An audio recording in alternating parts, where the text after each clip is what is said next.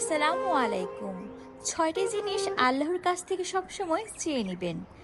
১. শারীরিক সুস্থতা। ২. হালাল রিজিক। ৩. নিরাপদ বাসস্থান। ৪. নেককার স্ত্রী এবং স্বামী। ৫. নেককার সন্তান। ৬. ঈমানের সহিত মৃত্যু। সুস্বাস্থ্য হচ্ছে মহান আল্লাহ কর্তৃক সবচেয়ে বড় নেয়ামত, আর সুস্বাস্থ্যই হচ্ছে সকল সুখের মূল। আপনার ব্যাংক ভর্তি টাকা আছে, বাড়ি আছে, গাড়ি আছে, সব কিছু আছে, যদি আপনি সুস্থই না হন, কিন্তু এসব কিছুর কোনো আর মানে থাকবে না।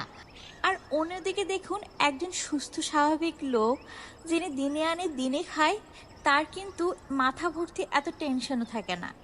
হ্যাঁ, আমি জানি এই জীবনে চলতে গেলে অবশ্যই টাকার প্রয়োজন, কিন্তু তার থেকে বেশি প্রয়োজন নিজের সৎ থাকা এবং সুস্বাস্থ্যের অধিকারী হওয়া।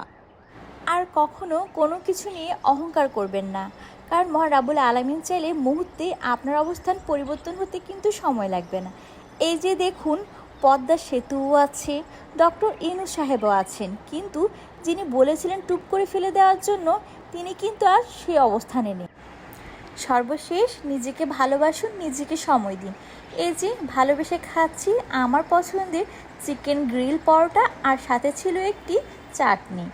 যাই হোক, অনেক বেশি মজা হয়েছিল। আজকের ভিডিওটি এ পর্যন্ত।